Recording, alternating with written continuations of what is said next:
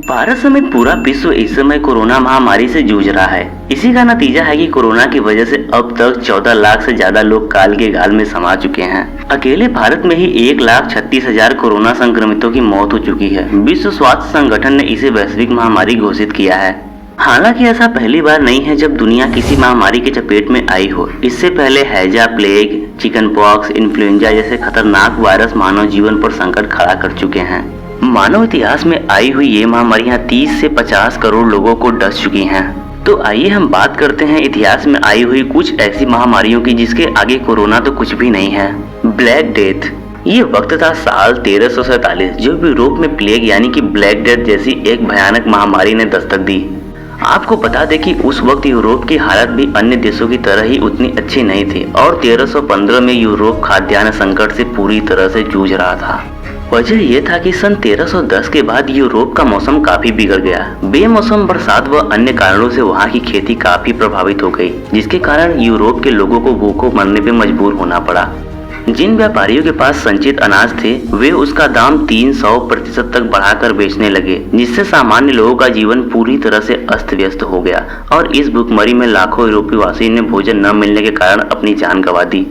अब यूरोप ने इस भूखमरी से बचने के लिए दूसरे देशों से समुद्र के रास्ते अनाज आयात करने की योजना बनाई। बताया जाता है कि ये महामारी भी चीन से ही फैली थी और सन 1347 से पहले भी कई बार चीन ब्लैक डेथ की चपेट में आ चुका था। लेकिन इस बार ये महामारी केवल चीन तक ही नहीं सीमित रही बल्कि पूरे यूरोप को अपने चपेट में ले लिया।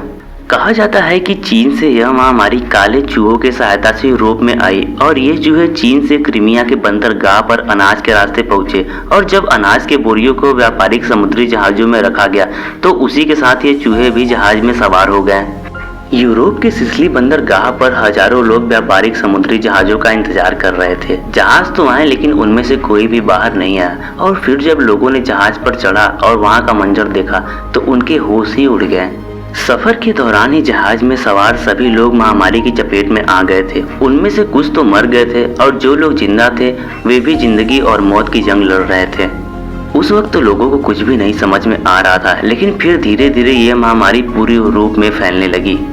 यूरोप पहले से ही भुखमरी जैसे संकट से जूझ रहा था, लेकिन उन्हें कहाँ पता था कि अभी उन्हें इससे भी बुरे दिन देखने होंगे। उन्हें इस बात का बिल्कुल भी अंदाजा नहीं था कि ये एक संक्रामक रोग है और ये आधे यूरोप को निगल जाएगा। अब ये महामारी धीरे धीरे यूरोप के दूसरे हिस्सों में आग की तरह फैलने लगी और देखते ही देखते लाखों लोगों की जिंदगी छीन ली। मौत का आलम यह था कि शवों को दफनाना भी काफी मुश्किल हो गया था और लोग अब डर के साए में जीने लगे थे। खौफ का आलम यह था कि पीड़ित व्यक्ति के पास न कोई जाता था और न ही उसके द्वारा इस्तेमाल की गई किसी वस्तु को छूता था। लोगों ने खुद को घरों में बंद कर रखा था। उस वक्त के प्रशासनिक अफसर भी महामारी की जद में आ गए थे, जिससे कोई भी प्रशासनिक कदम भी नहीं उठाए जा सके। प्रख्यात इटालियन लेखक व पत्रकार जियोवानी बोकासियो फ्लोरेंस में थे। उन्होंने सब कुछ अपनी आंखों से देखा और अपनी किताब में उस दर्द भरी स्थिति का उल्लेख किया।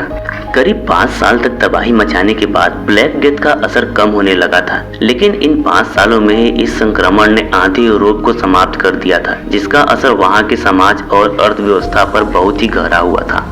मौत का आंकड़ा इतना लंबा था कि पूरा यूरोप सुनसान हो गया था और वहां की फैक्ट्रियां भी पूरी तरह से बंद पड़ी थी। लेकिन फिर धीरे धीरे चीजें वापस पटरी पर आने लगी। जनसंख्या कम होने के कारण फैक्ट्री में काम करने वाले मजदूर भी बहुत कम मिलते थे, जिससे कि मजदूरी महंगी हो गई थी और फैक्ट्री में बनने वाला सामान भी महंगा बिकने लगा। लेकिन हाँ, खाद्यान्न पदार्थ महंगे नहीं हुए क्योंकि जनसंख्या कम हो गई थी और अब यूरोप फिर से अपनी कला व संस्कृति की ओर रुख करने लगा। लेकिन उन्हें पूरी तरह से अर्थव्यवस्था को ठीक करने में लगभग 100 साल का वक्त लग गया। इसी प्रकार दूसरी महामारी है HIV एड्स। HIV का इतिहास जानवरों से शुरू होता है। 19वीं सदी में सबसे पहले अफ्रीका के खास प्रजाति के बंदरों में एड्स का वायरस मिला।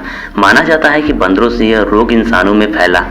दरअसल अफ्रीका के लोग बंदर को खाते थे। ऐसे में यह अनुभव लगाना गलत नहीं होगा कि बंदर को खाने से वायरस इंसान के शरीर में प्रवेश किया होगा। सबसे पहले यह बीमारी 1920 में अफ्रीका के कांगो की राजधानी किंशासा में फैली थी। 1959 में कांगो के एक बीमार आदमी के खून के नमूने में HIV वायरस मिला था। इस तरह से सेक्स ट्रेड और अन्य माध्यमों से यह बीमारी पूरे दुनिया में फैली थी। माना जाता है कि किंशासा उस समय सेक्स ट्रेड का गढ़ था। 1960 में यह बीमारी अफ्रीका से हैती और कैरिबियाई द्वीप में फैली। दरअसल औपनिवेशिक लोकतांत्रिक गणराज्य कांगो में हैती के लोग काम करते थे। उन्होंने स्थानीय स्तर पर शारीरिक संबंध बनाए जिससे यह बीमारी फैली। जब वे अपने घरों को लौटे तो वायरस उनके साथ हैती पहुंचा। उसके बाद वायरस कैरिबिया से न्यूयॉर्क सिटी में 1970 के दौरान फैला और फिर अमेरिका से बाकी दुनिया में। 1981 में एड्स की पहचान हुई। लॉस एंजलिस के डॉक्टर माइकल गॉडविन ने 5 मरीजों में एक अलग किस्म का निमोनिया पाया। इन सभी मरीजों में रोग से लड़ने वाला तंत्र अचानक कमजोर पड़ गया था। ये 5 मरीज समलैंगिक थे, इसलिए शुरुआत में डॉक्टरों को लगा कि यह बीमारी केवल समलैंगिक में ही होती है। इसलिए एड्स को ग्रीड यानी गे रिलेटेड इम्यून डिफिशियंसी का नाम दिया गया था। बाद में जब दूसरे लोगों में भी ये वायरस मिला तो पता चला कि यह धारणा गलत है। 1982 में पहली बार अमेरिका ने इस बीमारी के लिए एड्स टर्म का इस्तेमाल किया। भारत में साल 1986 में एड्स का पहला मामला सामने आया था। इसके पीछे डॉक्टर सुनीता सोलोमन और उनकी छात्रा डॉक्टर सेल्फन निर्मला का योगदान था। निर्मला ने चेन्नई, तमिलनाडु की महिला सेक्स वर्करों के खून का नमूना इकट्ठा किया और उनकी जांच की। उस समय निर्मला और सोलोमन को काफी परेशानियों का सामना करना पड़ा। जब उन्होंने बीमारी फैलने का खुलासा किया तो लोगों के निशाने पर आ गए। उनकी जांच पर सवाल भी खड़े किए गए। 1984 में पहली बार शोधकर्ताओं ने एड्स के वायरस HIV की पहचान की। 1983 में फ्रांस के 2 वैज्ञानिक ल्यूक एंड फ्रांकोइस ने एड्स से ग्रसित रोगी के सूजी हुई लिम्फ ग्रंथि से एक वायरस की खोज की, जिसे उन्होंने LAV लिम्फोडेनोपैथी एसोसिएटेड वायरस कहा। इसके 1 साल बाद अमेरिका के राष्ट्रीय कैंसर संस्थान NCI के रॉबर्ट गैलो ने HTLV-3 वायरस की खोज की। 1985 में पता चला कि ये दोनों वायरस एक ही हैं और ये एड्स फैलाते हैं। 1986 में पहली बार HTLV-3 एंड LAV वायरस का नाम बदलकर HIV यानी ह्यूमन इम्यूनोडिफिशियंसी वायरस रखा गया। इस बीमारी का मानव शरीर पर प्रभाव कुछ इस प्रकार है कि इसका वायरस जैसे ही मनुष्य के शरीर में प्रवेश करता है यह उसके इम्यून सिस्टम यानी रोग प्रतिरोधक क्षमता पर वार करता है और इस प्रकार मनुष्य किसी भी संक्रमण से लड़ने की क्षमता को खो देता है। HIV के वायरस 3 स्टेजेस में फैलते हैं। पहला तो यह कि यह मनुष्य के शरीर में ब्लड के साथ रहता है, जिसका पता इंसान को थोड़े समय में ही लग जाता है। इसके दूसरे स्टेज में वायरस किसी अन्य तरह से मानव शरीर में मौजूद रहता है और कभी कभी तो कई सालों तक इसका कोई लक्षण दिखाई ही नहीं पड़ता। HIV का तीसरा स्टेज बहुत ही घातक होता है और यह एड्स कहलाता है। एड्स आपकी रोग से लड़ने वाली CD4 सेल को काफ़ी तेज़ी से नुकसान पहुंचाता है और अगर इसके रोकथाम के लिए कोई दवा नहीं ली गई तो इससे पीड़ित व्यक्ति की 3 साल के अंदर ही मौत भी हो सकती है। HIV से संक्रमित व्यक्ति कई साल तक स्वस्थ रह सकता है, लेकिन अगर HIV के वायरस के कारण इंसान के शरीर में एड्स यानी एक्वायर्ड इम्यूनोडिफिशियंसी सिंड्रोम हो जाए तो वह इंसान को कमज़ोर कर देता है।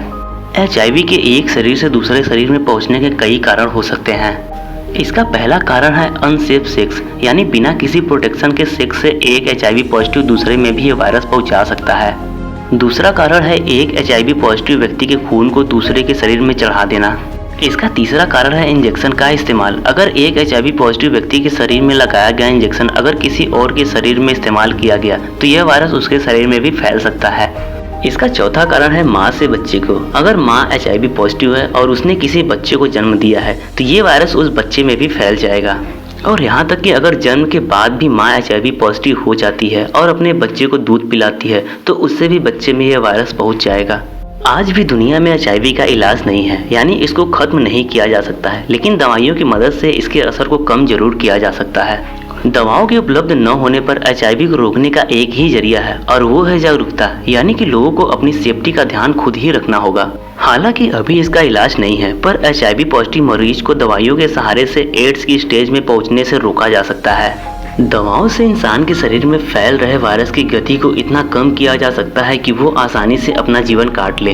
भले ही HIV का इलाज अभी तक नहीं खोजा जा सका है, लेकिन यह कोई ऐसी बीमारी नहीं है जो किसी व्यक्ति के छूने से फैलती हो। इसलिए HIV पॉजिटिव मरीज से दूरी बनाने के बजाय सिर्फ सावधानी बरतनी जरूरी है, ताकि इससे पीड़ित व्यक्ति को इस बीमारी से लड़ने में हिम्मत मिल सके।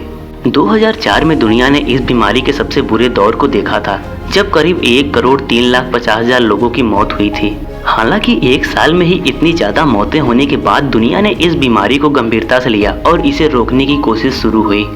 भारत इस बीमारी से पीड़ित होने वाला दुनिया का तीसरा सबसे बड़ा देश है और भारत में इस बीमारी से लगभग 21 लाख लोग संक्रमित हो चुके हैं और लगभग 69,000 लोग अपनी जान भी गंवा चुके हैं।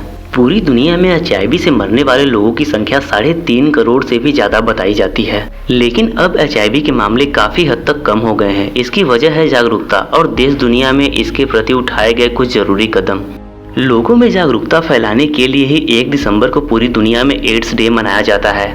उसी प्रकार इतिहास में दर्ज एक तीसरी बीमारी है टीबी।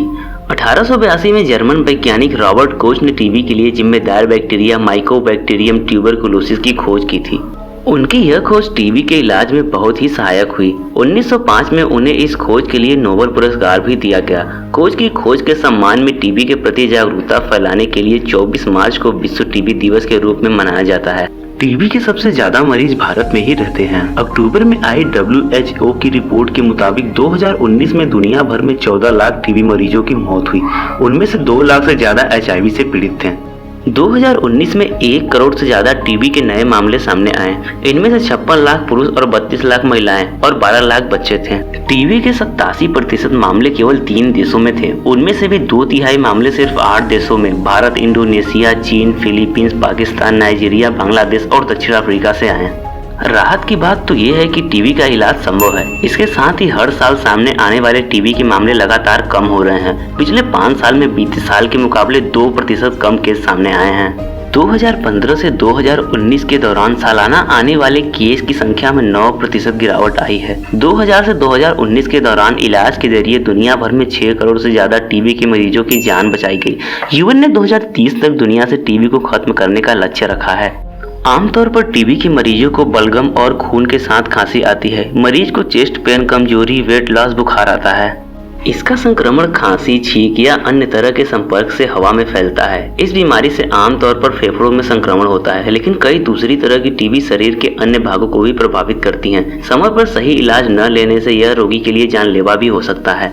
ड्रग रेजिस्टेंट टीबी, यह टीबी की वह खतरनाक किस्म है जिस पर 2 सबसे ताकतवर एंटी टीबी ड्रग भी नाकाम साबित हो जाते हैं। दुनिया के जाने माने स्वास्थ्य विशेषज्ञ इसे एक जिंदा बम और भयंकर स्वास्थ्य संकट का नाम दे चुके हैं। इससे भी अधिक, टीबी एक ऐसी बीमारी है जो आपके जीवन के सबसे उत्पादक काल यानी 15 से 59 वर्ष की आयु के लोगों को अपनी चपेट में लेती है। इतना सब कुछ होने के बाद भी दबे पांव हमारे जीवन में दखल देने वाली इस महामारी को लेकर जनता में कोई खास चिंता नहीं है। दुनिया भर में जहाँ कोरोना वायरस की रोकथाम के लिए 1 साल के अंदर ही वैक्सीन बनाने की चर्चा हो रही है, वहीं टीबी के खिलाफ हमारी जंग इतनी दयनीय है कि आज भी हम 100 साल पहले विकसित की गई वैक्सीन का इस्तेमाल कर रहे हैं। भले ही टीबी की वैक्सीन खोज ली गई है, लेकिन यह 100% कारगर नहीं है, क्योंकि अगर ऐसा होता तो टीबी से हुई मौतों का आंकड़ा इतना ऊंचा न होता। टीबी को पहचानने की चुनौतियां इससे निपटने में सबसे बड़ी बाधा है। इस रोग को पहचानने में देरी, खासकर एक्स्ट्रा पल्मोनरी टीबी से पीड़ित मरीज तो एक डॉक्टर से दूसरे डॉक्टर तक चक्कर काटता रहता है। एक्स्ट्रा पल्मोनरी टीबी तब होता है जब टीबी के बैक्टीरिया शरीर के दूसरे हिस्सों जैसे रीढ़, पेट, मस्तिष्क वगैरह को प्रभावित करते हैं।